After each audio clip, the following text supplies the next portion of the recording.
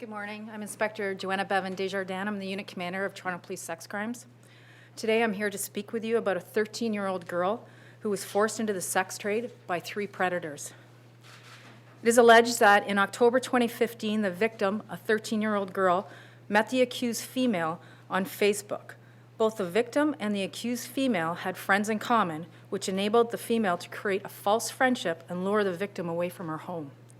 The female gained the victim's confidence, telling her they could work together and make a lot of money, along with her boyfriend, co-accused Kamal Paris. During this conversation, the victim advised the accused female that she was only 13 years of age, but the female didn't care.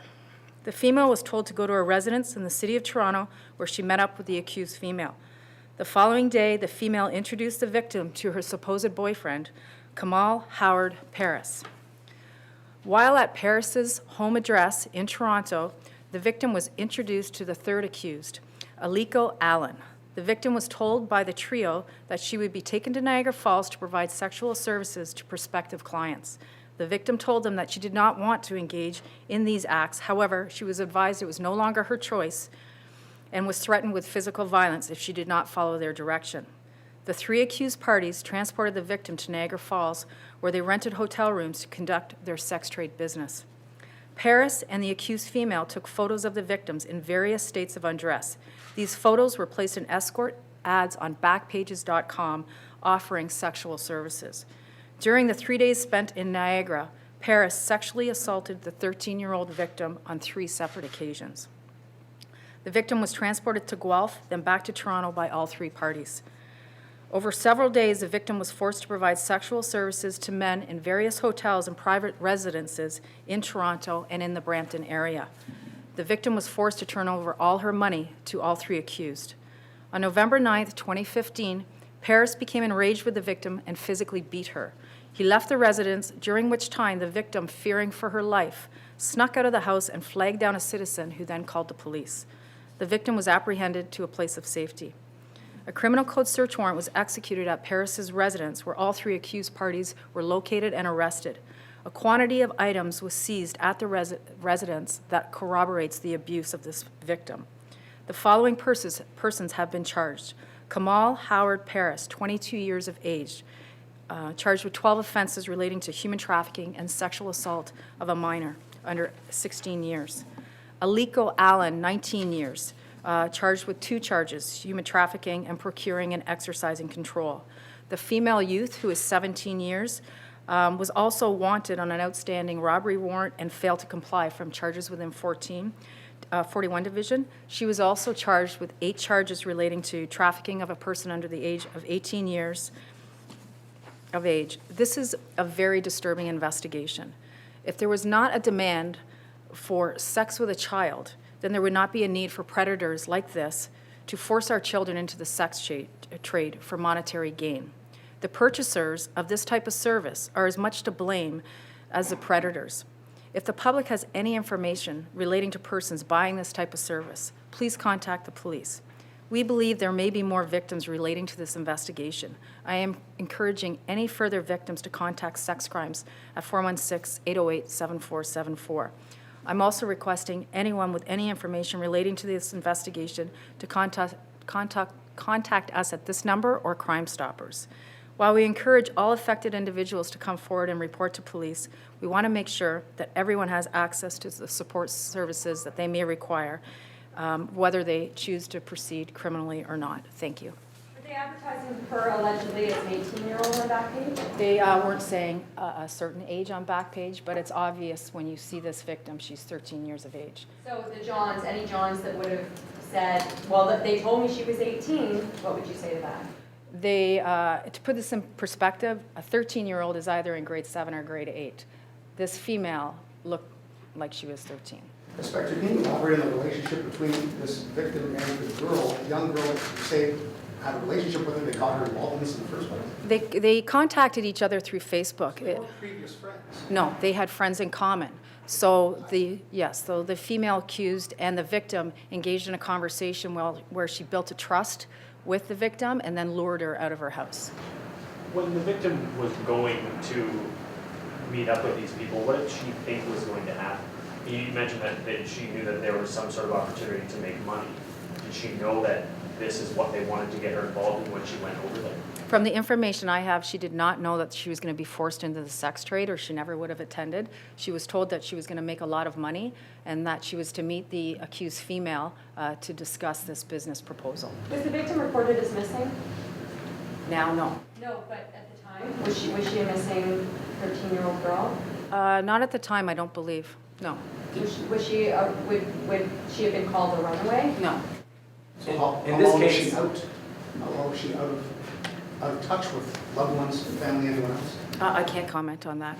In this case, all of the accused are fairly young. I mean, is that of increased concern to you guys? I mean, I know in a lot of these cases, the accused are generally a little bit older, in their 30s and 40s, but in this case, they're all fairly young doing these kinds of things. Actually, it's very concerning, but it is a trend that they are getting younger. We're seeing that more and more.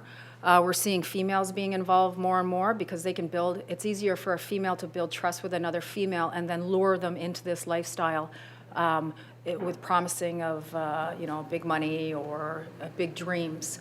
And then they turn them over to the males that are involved in this type of crime. Just in terms of the victim, I know you can't talk about specifics, but when you guys rescue somebody like this who is in that kind of a case, are they immediately given like counseling and all that kind of stuff? Because obviously she's been through a very traumatic time. Immediately. So we look at it as a very coordinated approach. We work very close with our non-governmental agencies. She's 13 years of age, so we will have contacted our Child Youth Advocacy Center, where Toronto Police work there along with all the different social services, including sick kids. So immediately she is given one-on-one care by all the agencies, and then from here on in she's taken care of by an advocate and given the services that she requires, her and her family. Inspector, does this look like a closed loop, or could these three people that brought her into it possibly be part of something bigger? As we have it standing right now, it looks like the three were working just with the three, but of course the investigation is continuing and we will be looking to see if there is any further ties to anyone else. You said, and you pointed out that this is very disturbing 13-year-old girl, but is it surprising? I mean, especially you guys have been arresting a lot of alleged pimps lately, a lot of teenagers. We know there's a lot of Johns that are arrested trying to have sex with underage sex workers. Are you surprised to see something like this? I'm always surprised to see that a male wants to have sex with a child. It surprises me on every case, as it does with our officers. It's very disturbing. What's even more surprising is the age of the pimps. And pimps, I don't like to use that term because it's glorified. They're child rapists. That's what they are. They bring them in to have them be sexually assaulted by other people so that they can gain money off them. It's always very disturbing, and yeah, it does surprise me every time.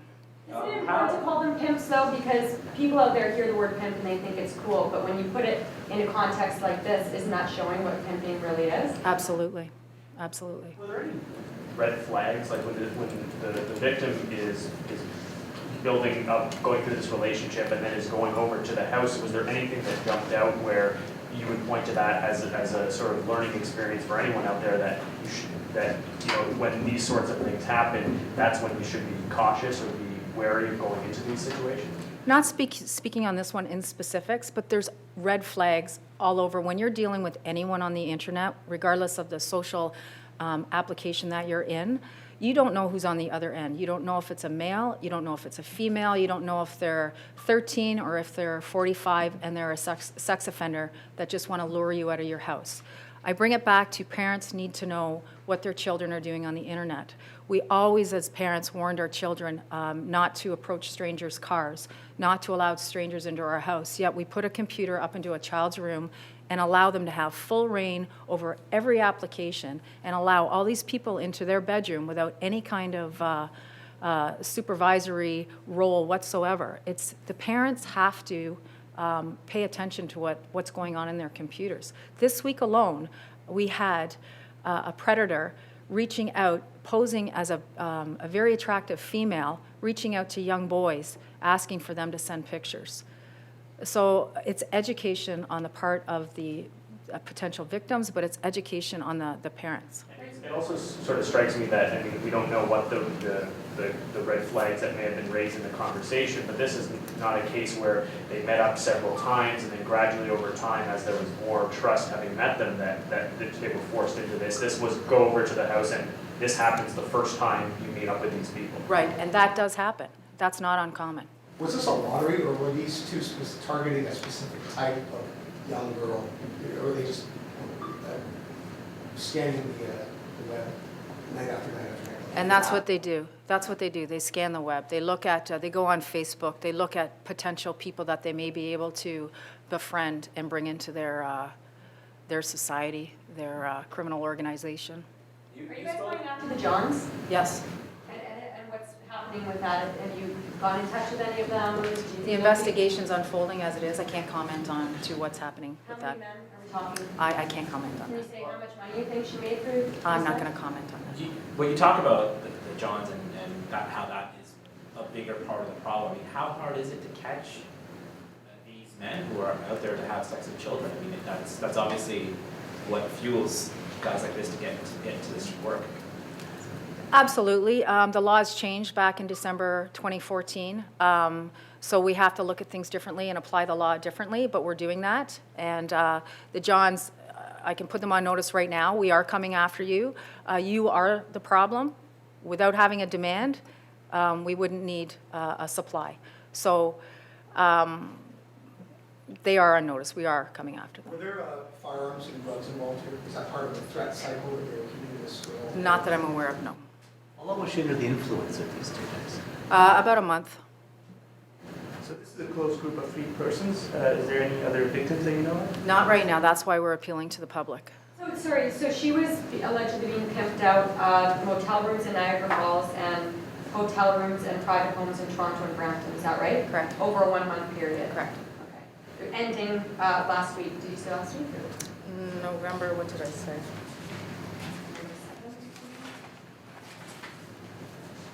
November 9th. So I mean, November 9th, they were arrested. November 9th they were arrested. how concerned should people be that all of this seemed to happen really fast? I mean, it went from, being contacted to meeting to being alerted to this, and a month later, it just happened that quickly. I mean, how much of a concern should that be for people? Very concerning. I just want, again, I keep coming back to parents. I want parents and guardians to understand that this happens quickly. People, especially children, they may not believe, they don't know what the reality of life is sometimes out there, and they don't understand the dangers that they're walking into. And perhaps if, when these things happen, if they've actually spoken to an older sibling or an adult member and said, this is what happened, this is what I'm doing, it can be stopped then. A teacher, reaching out to someone. But it does happen very quickly, and oftentimes there is alcohol or drugs involved that knock these victims off balance. Part of the whole process is making the victim disoriented. It's moving them from city to city, from province to province, hotel room to hotel room, so that at any given time, they really don't know where they are. They don't have cell phones. They're now not in contact with anyone. So it makes it very hard for them to leave. It's like sometimes it becomes psychological chains that if they leave, they don't know where to go. So sometimes they're actually so afraid that they don't leave. Was she given drugs or alcohol? I don't have any information relating to that. As far as you know, she was controlled through threats and And physical violence. violence? Correct. And threats as well? Or Yes. Are there allegations of that? Yes. Was there a family situation or some reason that she wasn't reported missing if she was gone for a month? I can't comment on that. Sorry, can you just repeat for me again how she ended up escaping and getting out of this? She was, Paris became enraged with her over an altercation that happened and beat her and then left the residence. And she was able at that time, she was fearing for her life. She snuck out and she waved down a citizen that happened to be in the area, and that person called police. Yes. What was the altercation? I can't comment on Can you that. say even the nature of it? Yes, he was upset with something that she did, basically receiving monies after having a sexual act with a person and then handing the money over to him in front of one of the clients. So showing that she was being pimped out. Correct. Okay, thank you. Thank you, Inspector, for joining us. Thank you for joining us here. The news conference is now complete. The inspector is available for comment after the news conference. You can just approach her when you wish. Thank you again.